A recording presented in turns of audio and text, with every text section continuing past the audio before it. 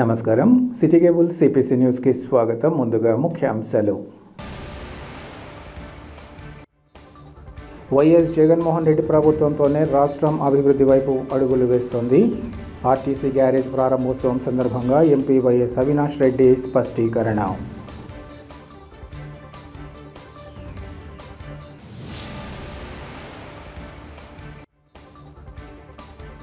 భక్తులతో పోటెత్తిన గండి క్షేత్రం, ప్రత్యేక అలంకారంలో దర్శనమిచ్చిన గండి అంజన్న.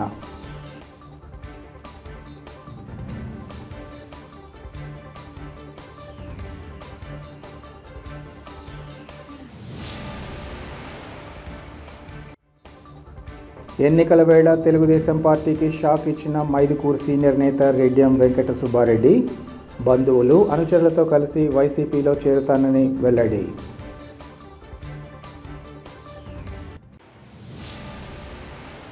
ముఖ్యమంత్రి వైఎస్ జగన్మోహన్ రెడ్డి ప్రభుత్వంలో రాష్ట్రంలో ఎంతో అభివృద్ధి జరుగుతుందని కడప ఎంపీ వైఎస్ అవినాష్ రెడ్డి పేర్కొన్నారు. కడప ఆర్టీసీ బస్సు డిపోలో 9.68 కోట్ల రూపాయల వ్యయంతో నిర్మించిన కడప బస్ డిపో గ్యారేజ్ను ఉప ముఖ్యమంత్రి మైనార్టీ సంక్షేమ శాఖ మంత్రి అంజద్ బాషా, ఎంపీ వైఎస్ అవినాష్ రెడ్డి, రాష్ట్ర ఏపీఎస్ఆర్టీసీ చైర్మన్ మల్లికార్జున్ రెడ్డి, నగర మేయర్ సురేష్ బాబుల చేతుల మీదుగా ప్రారంభించారు. వైఎస్ జగన్మోహన్ రెడ్డి ప్రభుత్వంలో ఏపీఎస్ఆర్టీసీ మరింత బలోపేతం చేసి అన్ని అంశాలలో అభివృద్ధి చేయడం జరుగుతుందని ఈ సందర్భంగా చెప్పారు.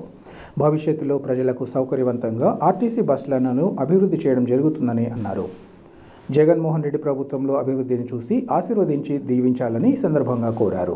ఈ కార్యక్రమంలో రాష్ట్ర social welfare board chairman Puli Sunil Kumar, deputy mayor Nityanand Reddy, APSRTC ED Venkateswara Rao, RM Gopal Reddy, స్థానిక నాయకులు నారపురెడ్డి సుబ్బారెడ్డి, తోట కృష్ణ ఇంకా అధికారులు, సిబ్బంది పాల్గొన్నారు.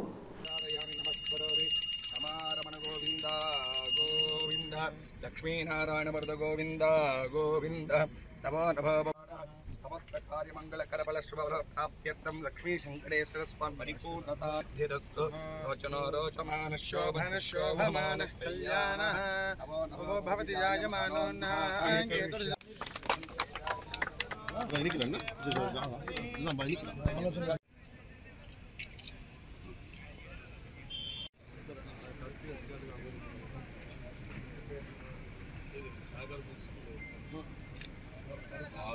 వైఎస్ఆర్ జిల్లాలో మైదుకూరులో తెలుగుదేశం పార్టీకి భారీ షాక్ తగిలింది.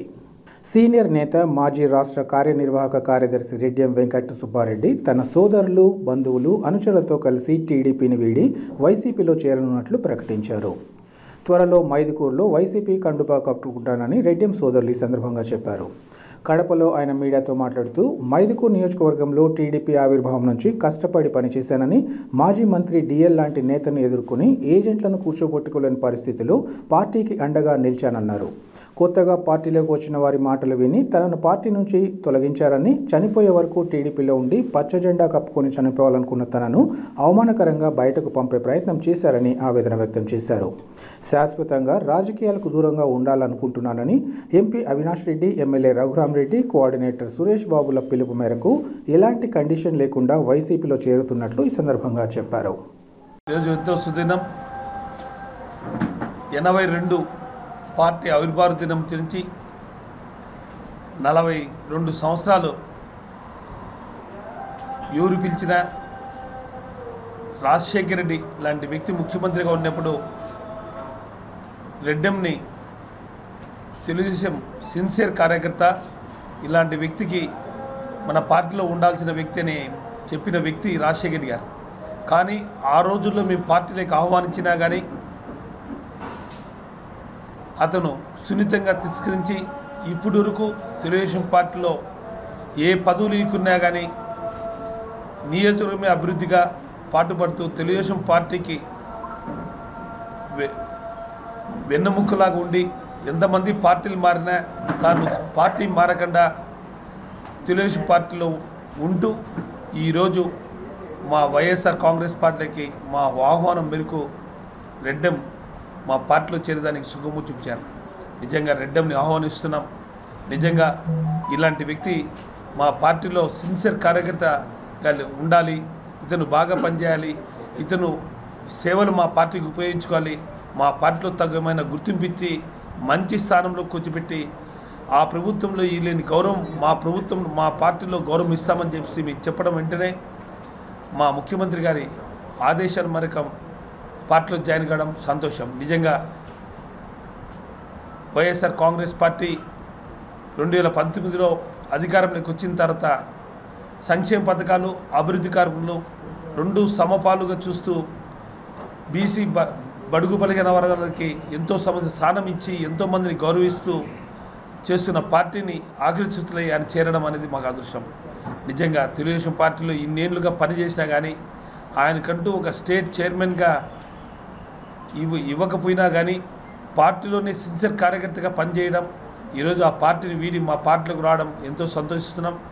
మా పార్టీలో ఇతనికి తగుమైన స్థానం కల్పించి గౌరవిస్తామని, ఇతని సేవలు మా మైత్కూర్ నిజంలో మేము ఉపయోగించుకుంటామని, పార్టీలో తగుమైన స్థానం కల్పిస్తామని చెప్పడం జరిగింది. దాని మేరకే ఈ ఆహ్వానం మేరకు మా పార్టీలో అన్కండిషన్గా చేరడం మాకు సంతోషం.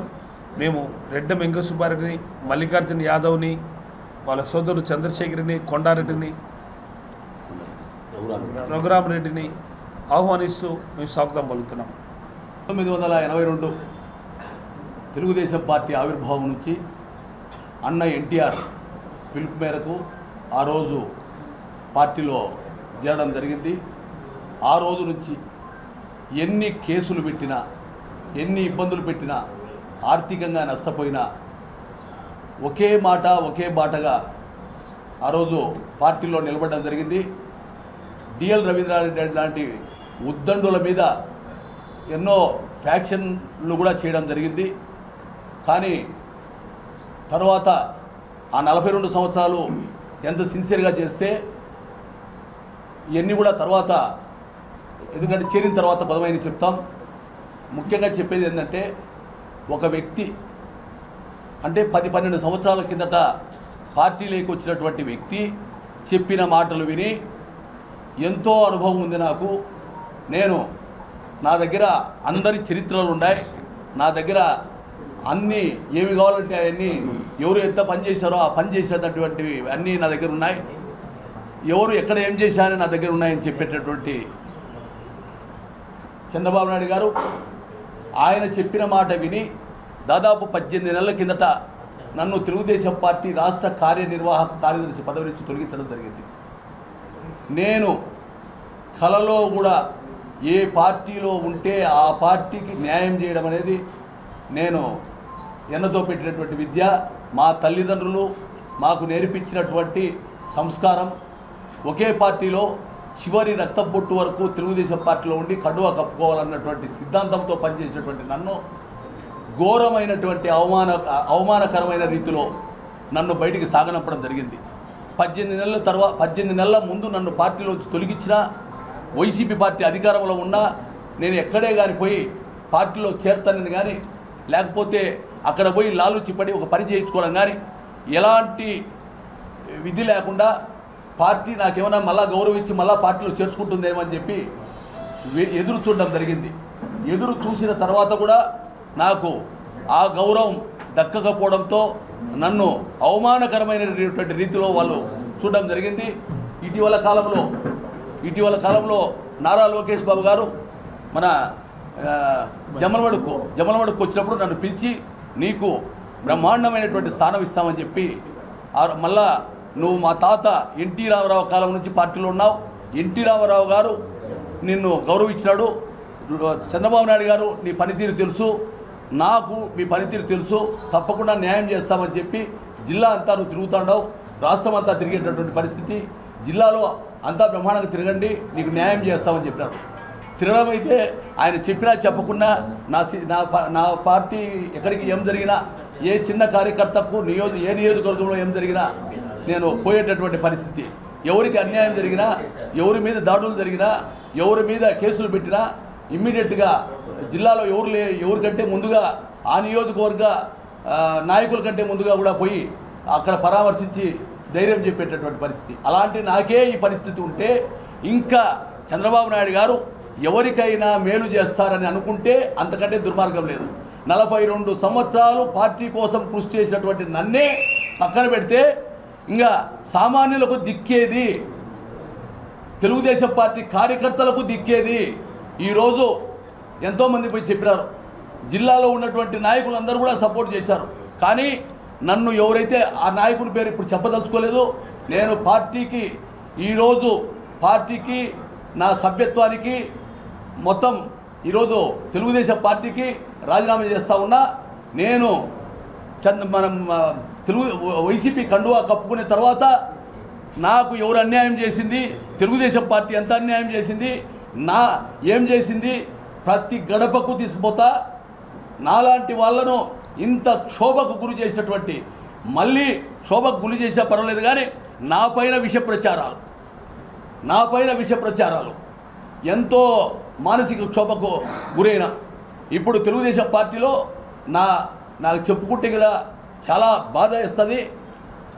నా మీద కేసులు ఎన్నో పెడతా ఉంటే నేను నా పిల్లలను ఎల్కేజీ నుంచి హాస్టల్లో చదివించడానికి కారణం ఏంటంటే ఇక ఇంట్లో ఉంటే ఈ ఫ్యాక్షన్స్ గొడవల్లో చిట్లన్నీ నేర్చుకొని ఎక్కడ చనిపోతారని చెప్పి వాళ్ళని ఎల్కేజీ నుంచి హాస్టల్లో పెట్టినటువంటి కర్మ నాకు పట్టింది. ఇంత దుర్మార్గమైనటువంటి పరిస్థితి ఉంటే అంత చేసిన నన్నే ఎంత హీనంగా బయటికి పంపించారు. మొత్తం 42 సంవత్సరాల్లో పార్టీకి పనిచేసినటువంటి వ్యక్తులకు సీల్స్ ఇచ్చాడు వాళ్ళకు గుర్తింపుగా. దానికి కూడా నన్ను పిలిచకుండా చేసినటువంటి దుర్మార్గమైనటువంటి పరిస్థితి తెలుగుదేశం పార్టీలో జరిగింది. కాబట్టి ఇవన్నీ చూస్తూ ఉంటే ఆత్మగౌరవమే ముఖ్యం. గౌరవం లేని చాట ఉండకూడదు. గౌరవం లేని చాట ఉంటే అంతకంటే బ్రతికి ప్రయోజనం లేదని చెప్పి నేను ఉన్నటువంటి సమయం.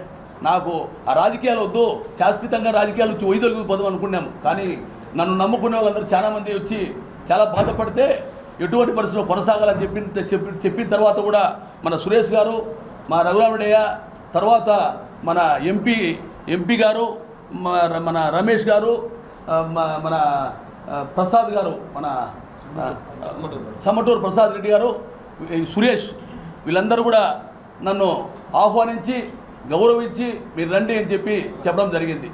నేను ఈరోజు ఒకటే చెప్తున్నా, అన్కండిషనల్గా నేను చెప్పింది ఎంపీ గారు ముందా, ఎమ్మెల్యే గారు, సురేష్ గారు, రమేష్ గారు వీళ్ళందరూ ఉండేటప్పుడు నేను ఒకటే చెప్పిన, అన్కండిషనల్. నేను ఏమీ అడగను. నేను పని చేసిన తర్వాత నా పనితీరు నచ్చితేనే నాకు గుర్తింపు ఇవ్వండి, గౌరవం ఇవ్వండి. నాకు ఎలాంటి పదవులు అవసరం లేదు. నాకు ముందుగా ఉన్నటువంటి వ్యక్తులను వైసీపీ పార్టీలోనే ఉండాలా, వాళ్ళను కూడా నేను గౌరవిస్తా, వాళ్ళను కూడా కలుపుకొని నేను ముందుకు పోతా, నేను ఎలాంటి బేసిజాలు లేకుండా పనిచేస్తా అని చెప్పడం జరిగింది. 13వ తేదీ తెలుగుదేశం వైసీపీ పార్టీలో నేను చేరబోతున్నా. మైదుకూరులో బ్రహ్మాండంగా అందరినీ పిలిచి నా అనుచరులను, అదేవిధంగా మల్లికార్జున గారి అనుచరులను, కొండారెడ్డి గారి అనుచరులను, మా రెడ్డి కుటుంబ అనుచరులను, రఘురామరెడ్డి గారును, అట్లే విధంగా ఓబయ్య అని మళ్ళీ ఓబయ్య అని ఉన్నాడు, ఆయన అనుచరులు అందరినీ, మిగతా వాళ్ళనే కాకుండా ఇంకా ఎక్కువ ప్రతి ఊర్లో కూడా నా అనుచరులు అందరినీ క్రోడీకరించి తెలుగుదేశం పార్టీలో చేరుతా ఉన్నాను. వైసీపీ పార్టీలో నేను చేరుతా ఉన్నా.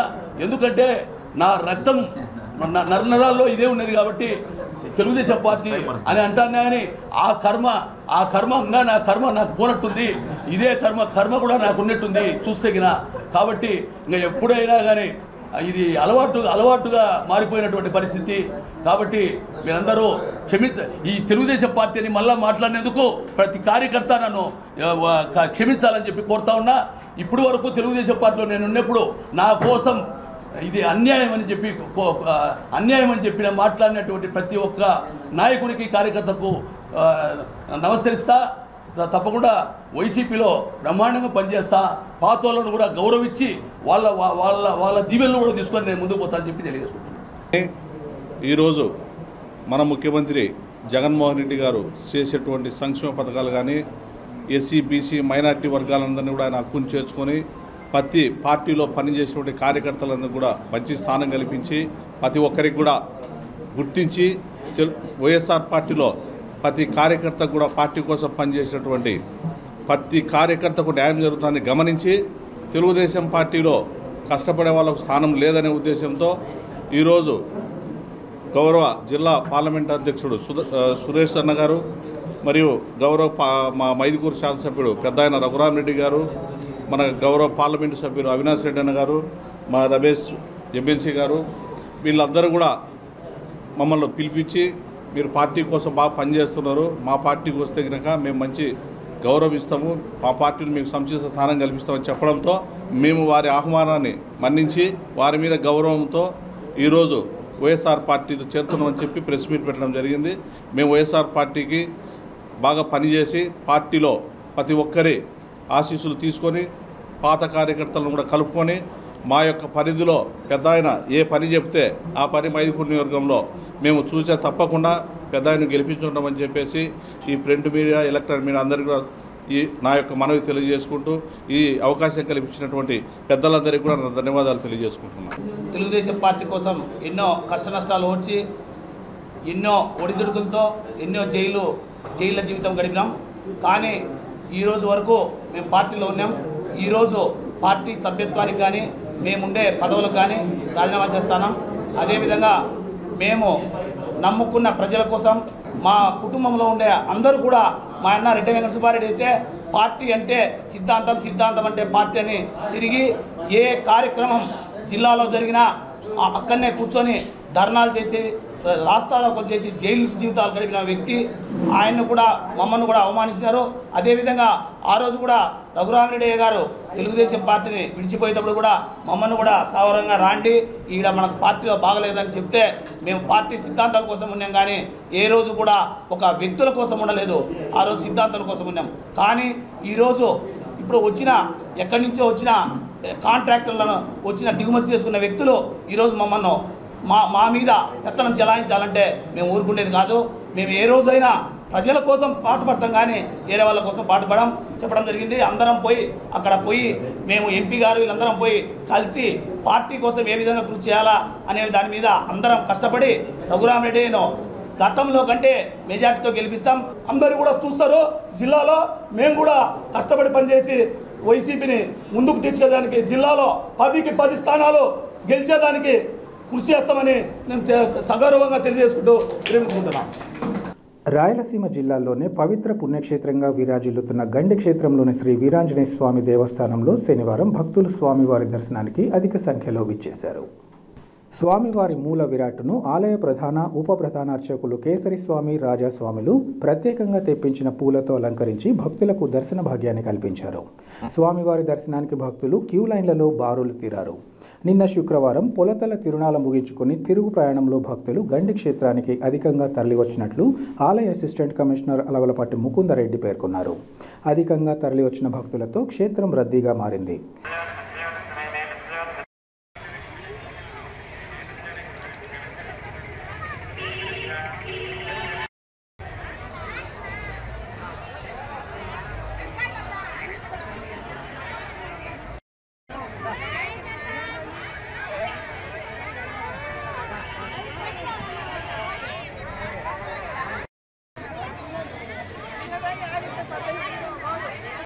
వైఎస్ఆర్సీపీ పాలనలో అభివృద్ధి శూన్యమని, అవినీతి అక్రమాలు భరించలేక తెలుగుదేశం పార్టీలో చేరుతున్నారని కడప టీడీపీ అభ్యర్థి మాధవిరెడ్డి, పోలిట్ బ్యూరో సభ్యులు శ్రీనివాసులరెడ్డిలు తెలిపారు.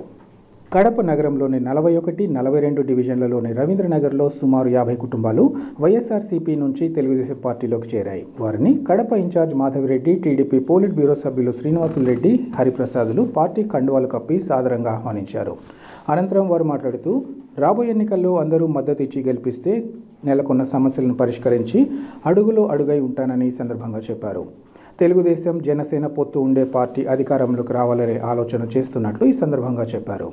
బీజేపీ కూడా మనలో విలీనమయ్యే ఆలోచనలో ఉందని ఈ సందర్భంగా అన్నారు.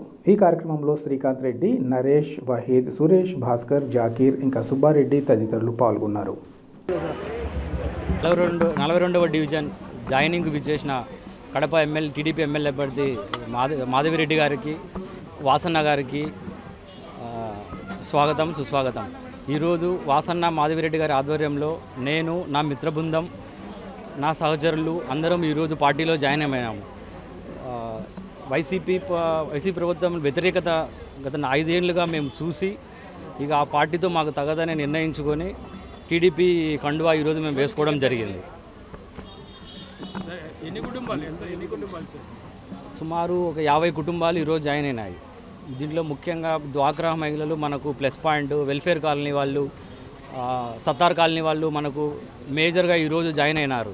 మేమందరం కలిసికట్టుగా ఆల్రెడీ ఉన్న ఇన్ఛార్జ్ మేము అందరం కలిసికట్టుగా పనిచేసి ఈ డివిజన్లో మెజారిటీకి మేము గొప్పగా కృషి చేస్తామని ప్రజలకు అందరికీ విన్నవించుకుంటున్నాం. కడప నియోజకవర్గంలో 41, 42వ డివిజన్లో రవీంద్రనగర్లో పెద్ద ఎత్తున తెలుగుదేశం పార్టీలో చేరడం జరిగింది. అలాగే బీజేపీ నుంచి కూడా ముఖ్యమైన బీజేపీ కుటుంబ సభ్యులు కూడా ఈరోజు తెలుగుదేశం పార్టీలో చేరడం జరిగింది. ఇది రాష్ట్రంలో కానీ కడప నియోజకవర్గంలో కానీ రేపు వచ్చే ఎన్నికలకు ఒక ముఖ్య సిగ్నల్.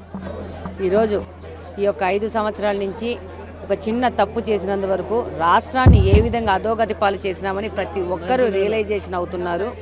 ప్రతి ఒక్కరూ ఈరోజు తెలుగుదేశం పార్టీ, జనసేన పొత్తు ఉన్న ప్రభుత్వం రావాలని, అలాగనే బీజేపీ పార్టీ కూడా ఈ పొత్తులో విలీనమయ్యే పరిస్థితి ఉంది. ఈరోజు ఒక స్థిరమైన అభివృద్ధి కాంక్షతో ముందుకెళ్లే ఒక అనుభవజ్ఞుడైన ముఖ్యమంత్రి అవసరం ఈ రాష్ట్రానికి ఉందని ప్రతి ఒక్కరూ ముక్తకంఠంతో చెప్తున్నారు. ఒక నిశ్శబ్ద విప్లవం మొదలైంది. ఈరోజు మీరు ముఖ్యంగా గమనిస్తే ఇంకా కోడ్ రాలేదు. ప్రజలు ఇంత పెద్ద ఎత్తున తెలుగుదేశం పార్టీలో చేరడం అనేది గమనించదగ్గ విషయం. అలాగనే ఈ వైసీపీ వాళ్ళు ఈరోజు మీరు గమనిస్తే ఈ యొక్క వారం రోజుల నుంచి తెలుగుదేశం పార్టీకి చెందిన బ్యానర్లు కానీ, తెలుగుదేశం పార్టీకి చెందిన పోస్టర్లు కానీ, స్టిక్కర్లు కానీ చించుకుంటా వీళ్ళు ఇంకా లాస్ట్ 1 వీక్ గేమ్ ఆడుతున్నారు. భయం పెట్టాలని చెప్పేసి ప్రజలని. కానీ ప్రజలకు కూడా చాలా క్లియర్గా ఉన్నారు. నేను ఇందాకనే చెప్పాను నిశ్శబ్ద విప్లవం మొదలైందని. అలాగనే పార్టీ శ్రేణులకు కూడా మేము చెప్పాము, ఎంత చించుకుంటారో చించుకొని, ఎన్ని పోస్టర్స్కి సున్నాలు పూసుకుంటారో పూసుకొని రేపు 40 రోజుల్లో మన చేతుల్లో ఓట్ అనే ఒక ఆయుధం వస్తుంది. అప్పుడు ఈయన చీటీ చించమని చెప్తున్నాను. డెఫినెట్గా మనం చెప్పడమే కాదు, కడప నియోజకవర్గంలో కానీ రాష్ట్రంలో ప్రజలు కానీ వైసీపీ యొక్క పార్టీ యొక్క చీటీ చించే పరిస్థితికి వచ్చినారు. ఈరోజు వీళ్ళు పోలీసులనే ఒక భయం పెట్టి నియోజకవర్గంలోని ప్రజలందరినీ, రాష్ట్రంలోని ప్రజలందరినీ భయపడిస్తున్నారు. వారం పోయాక ప్రజలందరూ ఒక స్వాతంత్రం వచ్చిన వాళ్ళ దగ్గర ఒక విమోచన దినంలాగా వచ్చి తెలుగుదేశం పార్టీలో చేరడము, రేపు రాష్ట్ర భవిష్యత్తు కోసము ప్రతి ఒక్క పౌరుడు వాళ్ళు పాలు పంచుకొని తెలుగుదేశం పార్టీని అధికారంలో తీసుకొస్తారని కోరుకుంటున్నాను. సీఎం రిలీఫ్ ఫండ్ చెక్కుల పంపిణీ కార్యక్రమంలో కమలాపురం ఎమ్మెల్యే రవీంద్రనాథ్ రెడ్డి పాల్గొన్నారు. కమలాపురం నియోజకవర్గానికి సంబంధించి 16 మంది లబ్ధిదారులకు 15,06,000 రూపాయల సీఎం రిలీఫ్ ఫండ్ చెక్కులను ఈ సందర్భంగా అందించారు. వైఎస్ ప్రభుత్వం రాష్ట్ర సంక్షేమానికి, పేద ప్రజల అభివృద్ధికి పాటుపడుతున్నట్లు ఈ సందర్భంగా చెప్పారు. ఈ కార్యక్రమంలో పార్టీ నాయకులు, లబ్ధిదారులు తదితరులు పాల్గొన్నారు. మోడీ ప్రభుత్వం వంట గ్యాస్ ధర తగ్గించడం ఎన్నికల స్టంట్ అని, ఇది తాత్కాలికమేనని APCC media chairman Narreddy Tulasireddy తెలిపారు. వేంపల్లెలో ఆయన మీడియాతో మాట్లాడుతూ ఎన్నికలకు ముందు బెత్తడు తగ్గించడం, ఎన్నికలైపోయిన వెంటనే బారెడు పెంచడం బీజేపీకి అలవాటుగా మారిందన్నారు. కాంగ్రెస్ పాలనలో అంతర్జాతీయ మార్కెట్లో ముడి చమురు ధర బ్యారెల్కు $144 ఉన్నప్పుడు దేశంలో లీటర్ డీజిల్ ధరలు $50, లీటర్ పెట్రోల్కు $70, వంట గ్యాస్ సిలిండర్ 410కి సరఫరా చేయడం జరిగిందన్నారు. ప్రస్తుతం అంతర్జాతీయ మార్కెట్లో ముడి చమురు ధర బ్యారెల్కు $80 ఉందని, ఆ ప్రకారం దేశంలో లీటర్ డీజిల్ $30, పెట్రోల్ $50, వంట గ్యాస్ సిలిండర్ $300గా ఉండాలన్నారు. కానీ లీటర్ డీజిల్ $100, లీటర్ పెట్రోల్ $110, వంట గ్యాస్ సిలిండర్ $900గా ఉందన్నారు. రాబోయే ఎన్నికల్లో కాంగ్రెస్ అధికారంలోకి వస్తే వంట గ్యాస్ సిలిండర్ ధరను $500కే సరఫరా చేయడం జరుగుతుందని ఈ సందర్భంగా తెలిపారు. $70 లీటర్ పెట్రోల్, $410 వంట గ్యాస్ సిలిండర్ సరఫరా చేయడం జరిగింది. బీజేపీ అధికారంలోకి వచ్చాక ఒకానొక సమయంలో అంతర్జాతీయ మార్కెట్లో ముడి చమురు ధర బ్యారెల్కు $30 తగ్గింది. ప్రస్తుతం రమారమి $80 ఉంది. మరి ఈ పరిస్థితుల్లో లీటర్ డీజిల్ $30, లీటర్ పెట్రోల్ $50, వంట గ్యాస్ సిలిండర్ ధర $300 సరఫరా చేయాలి. అలాంటిది లీటర్ డీజిల్ $100 అయింది, లీటర్ పెట్రోల్ $110 అయింది, వంట గ్యాస్ సిలిండర్ ధర $1,200 వరకు పెంచి దానివల్ల ఎన్నికలకు ముందు కొంత తగ్గించి $900 తేవడం జరిగింది. అంటే బెత్తడి తగ్గించడము, ఎన్నికలకు ముందు ఎన్నికలు అయిపోతానే బారెడు పెంచడము, ఇది మోడీ ప్రభుత్వం ఒక అలవాటుగా చేసుకుంది. దీన్ని ఒక్కసారి ఆలోచించవలసిందిగా ప్రజలకు కాంగ్రెస్ పార్టీ విజ్ఞప్తి చేస్తూ ఉంది, ప్రత్యేకించి గృహిణులకు, మహిళలకు. రాబో సార్వత్రిక ఎన్నికల్లో కాంగ్రెస్ పార్టీ అధికారంలోకి వస్తే 500 రూపాయలకే వంట గ్యాస్ సిలిండరు సరఫరా చేయడం జరుగుతుంది. ఆల్రెడీ గతంలో రాజస్థాన్లో కాంగ్రెస్ ప్రభుత్వం 500 రూపాయలకే వంట గ్యాస్ సిలిండర్ సరఫరా చేయడం జరుగుతుంది. రేపు కాంగ్రెస్ అధికారంలోకి వస్తే దేశవ్యాప్తంగా 500 రూపాయలకే వంట గ్యాస్ సిలిండర్ సరఫరా చేయడం జరుగుతుంది. ఒక్కసారి ఆలోచించవలసిందిగా రాష్ట్ర ప్రజానీకానికి, మహిళా లోకానికి కాంగ్రెస్ పార్టీ విజ్ఞప్తి చేస్తూ ఉంది. ఇక రెండవ అంశం పొత్తులు. రాష్ట్రంలోని ప్రాంతీయ పార్టీలు 3 కూడా, అటు టీడీపీ, జనసేన, వైకాపా, ఈ 3 ప్రాంతీయ పార్టీలు బీజేపీ పొత్తు కోసం తహతహలాడుతున్నాయి. ఒకరేమో ప్రత్యక్షంగా, మరొకరేమో పరోక్షంగా, ఇద్దరు కూడా బీజేపీ పొత్తు కోసం తహతహలాడుతున్నాయి. బీజేపీ రాష్ట్రానికి నంబర్ 1 ద్రోహి. రాష్ట్రానికి సంజీవని లాంటి ప్రత్యేక హోదాకు పంగనామాలు పెట్టింది.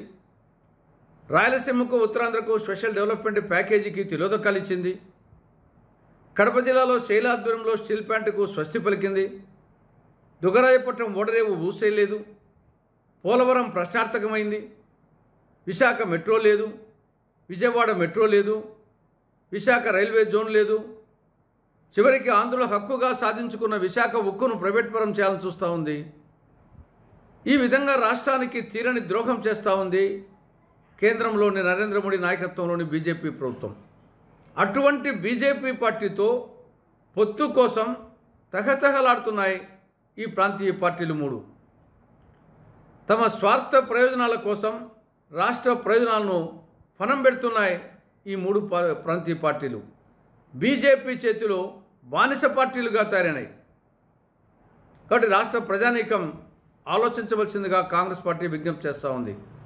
రాబో సార్వత్రిక ఎన్నికల్లో బాబుకు ఓటేసినా బీజేపీకి ఓటేసినట్లే, జగన్కు ఓటేసినా బీజేపీకి ఓటేసినట్లే, పవన్కు ఓటేసినా బీజేపీకి ఓటేసినట్లే.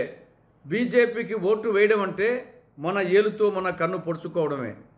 కాబట్టి రాబో సార్వత్రిక ఎన్నికల్లో ఈ దుష్ట చతుష్టయ పార్టీలైన బీజేపీ, వైకాపా, టీడీపీ, జనసేన పార్టీలను ఓడించి కాంగ్రెస్ పార్టీకి అధికారాన్ని అప్పజెప్పవలసిందిగా రాష్ట్ర ప్రజానీకానికి కాంగ్రెస్ పార్టీ విజ్ఞప్తి చేస్తూ ఉంది. 100 ఎకరాల భూములు కబ్జా జరుగుతుంటే అధికారులకు కనిపించలేదా, లేదా మీకు కూడా అందులో భాగం ఏదైనా ఉందని స్థానికులు మండిపడుతున్నారు.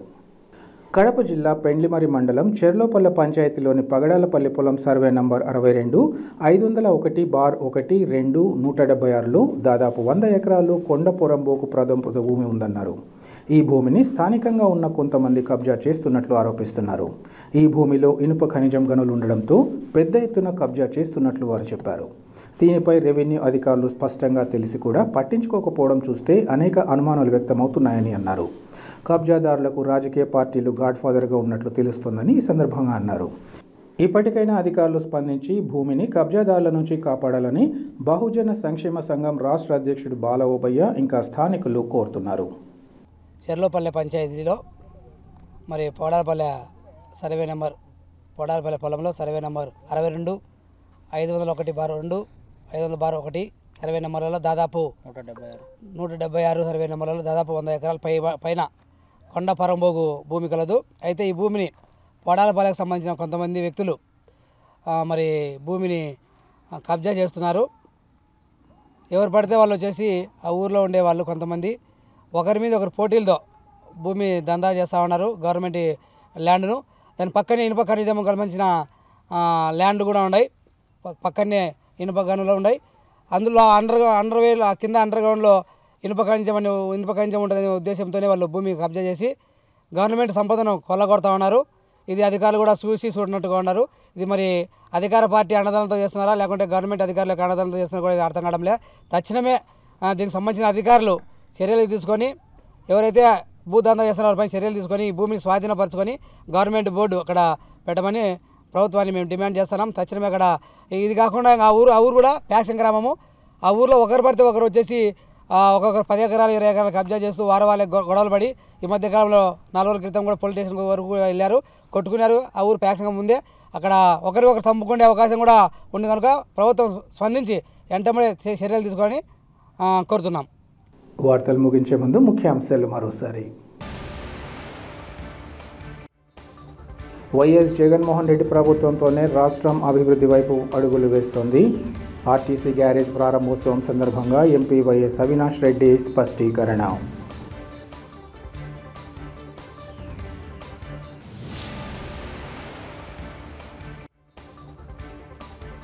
భక్తులతో పోటెత్తిన గండి క్షేత్రం, ప్రత్యేక అలంకారంలో దర్శనమిచ్చిన గండి అంజన్న.